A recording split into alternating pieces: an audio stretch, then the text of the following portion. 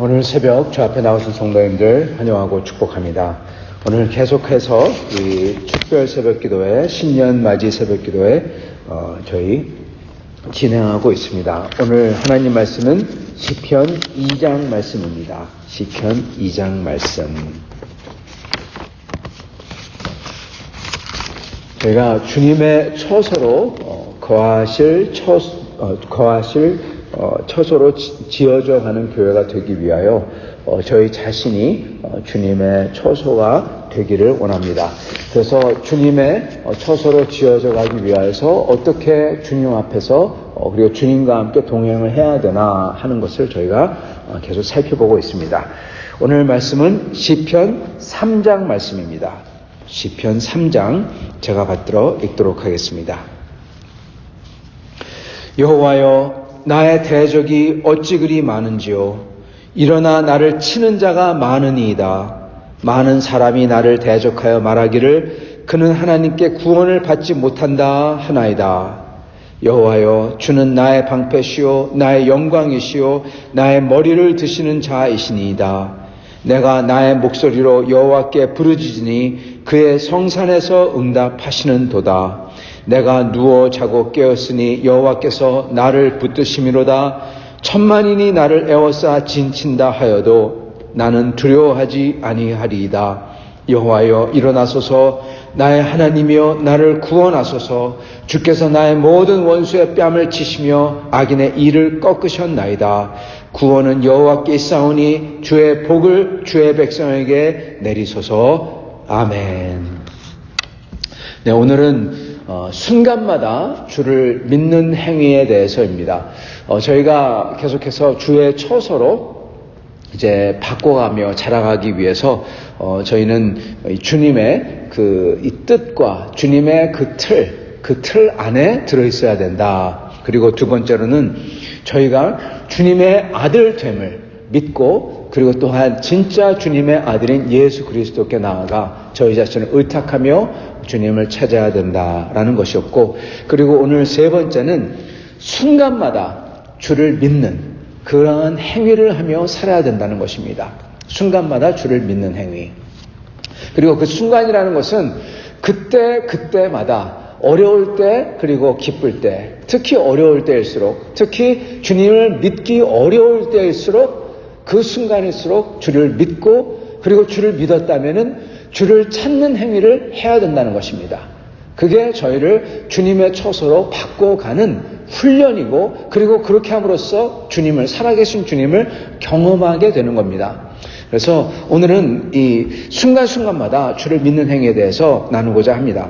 오늘 시편 말씀 1장을 보면요, 그 큰 하나님의 틀을 주십니다. 이렇게 하며 살 때, 이렇게 마음을 가지고 이러한 시각과 이러한 태도와 그리고 이러한 길을 갈 때 참으로 주님께서 저희가 하는 모든 기도를, 모든 찬양을 다 받아주시고 그리고 이루어주신다. 이게 큰 틀입니다. 이게 길의 방향입니다. 이쪽으로 가라. 딴 데 가지 말고 동서남북 중에서 이 방향이라는 것입니다. 그게 1장이 알려줍니다. 그리고 그 1장에는 인간의 시각으로 볼 때 어떻게 해야 되나 그 틀을 보여주세요. 이게 무슨 얘기냐? 2장에는 인간의 틀이 아니라 하나님의 시각으로 본 하늘의 틀을 얘기해 주십니다. 1장에는요, 인간으로서 어떻게 합니까? 악인들의 꾀를 따르지 아니하고 죄인들의 길에 서지 아니하고, 그 길, 그 방향 하지 아니하고, 오만한 자들과 같이 앉지 아니하고, 오직 주님의 말씀을, 그것도 주님의 언약을 주야로 묵상하고, 그러는 거죠. 그게 저희가 실제로 하는 겁니다. 그게 이 땅에서의 방향성이죠. 자, 그러나 2장에서는 그게 아닙니다. 2장에서는 뭐를 보여주냐? 마치 욥기와 비슷해요. 하늘을 열어서 하늘에서 무슨 일이 일어나는지를 보여주세요. 1장에서 그렇게 길을 가고자 하는 사람에게 지금 어떠한 일이 일어나냐? 2장에서는 하나님이 그걸 보고 계시다는 겁니다. 은밀히 보시는 주님께서, 은밀히 보시는 아버지께서 딱 보시고 하늘 위에서부터 선포를 하시죠.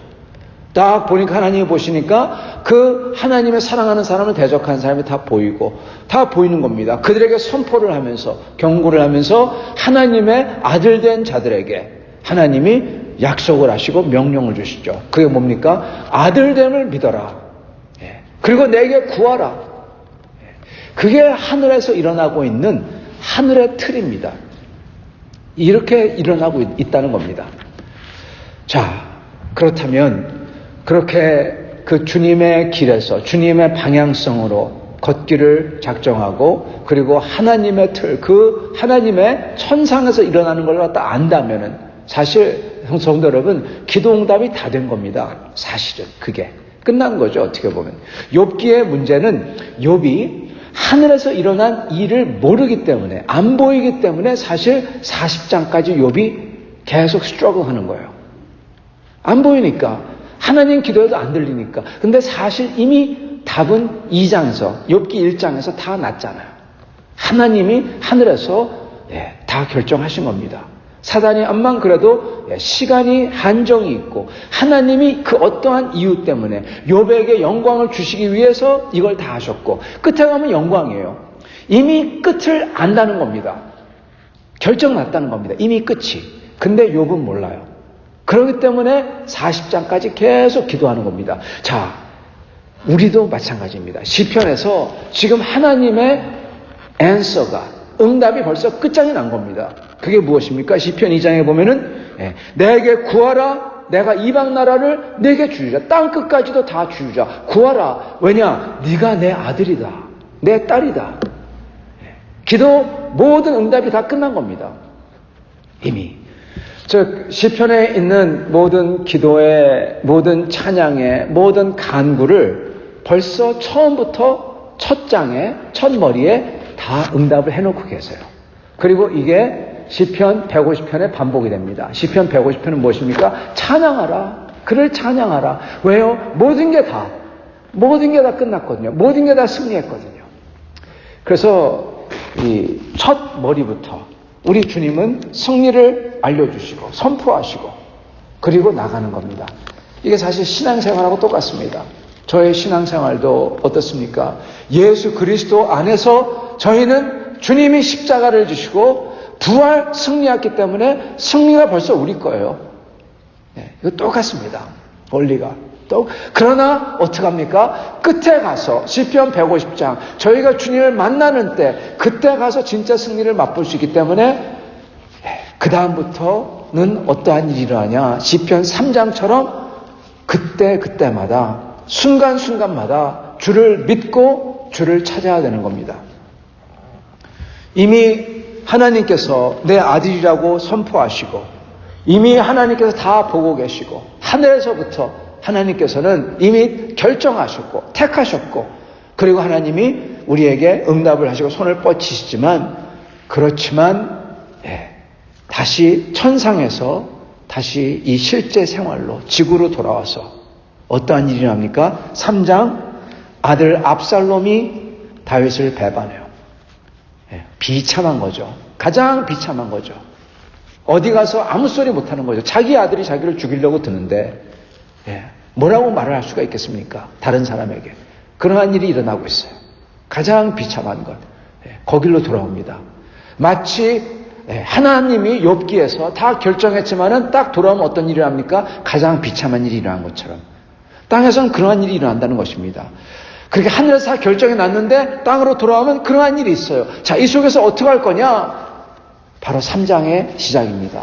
다시 하늘에서 돌아온 땅에서부터 부활 승리한 주님을 믿는 우리가 이 땅에서의 삶의 시작입니다. 그게 뭡니까?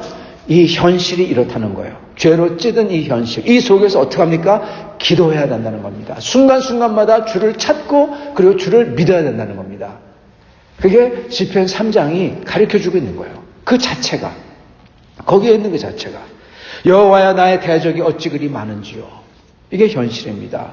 일어나 나를 치는 자가 많으니이다. 그리고 더욱더 참 어려운 현실은 2절 많은 사람이 나를 대적하여 말하기를 사람들의 평가입니다. 그는 하나님께 구원을 받지 못한다. 이거는 여기는 구원보다는 하나님께서 그를 도와주지 않는다. 이 소리입니다.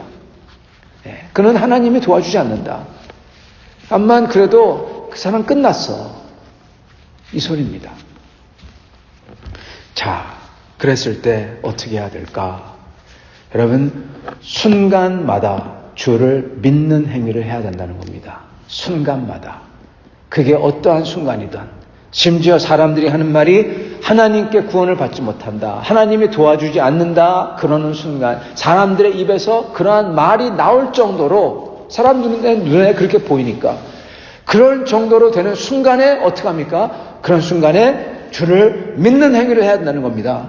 뭐라고 어떻게 믿습니까? 다윗이 3절 여호와는 주는 나의 방패시오 나의 영광이시오 나의 머리를 드시는 자이시니이다. 고백을 합니다. 사실 이거는 과거를 생각하며 고백하는 겁니다. 사랑하는 성도 여러분, 하나님께서 우리에게 과거에 말씀을 들려주신 것, 하나님이 과거에 우리의 기도를 응답해 주신 것, 하나님이 과거에 우리에게 우리 감화 감동을 주신 것. 여러분, 이게 왜 주셨냐?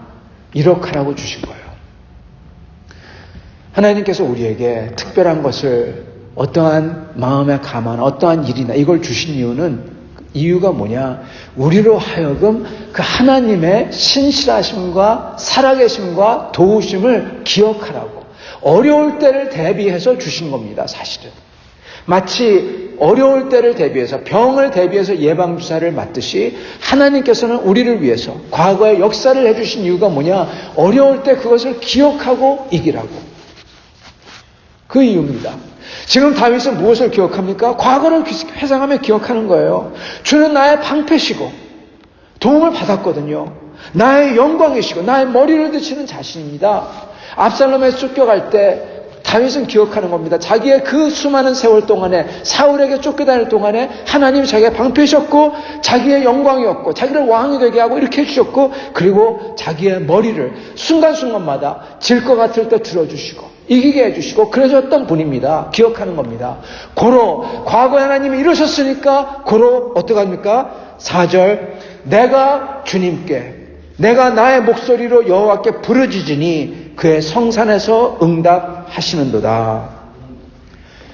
지금 어떻게 한답니까? 지금은 내가 주님께 부르짖는다요. 그리고 미래가 뭡니까?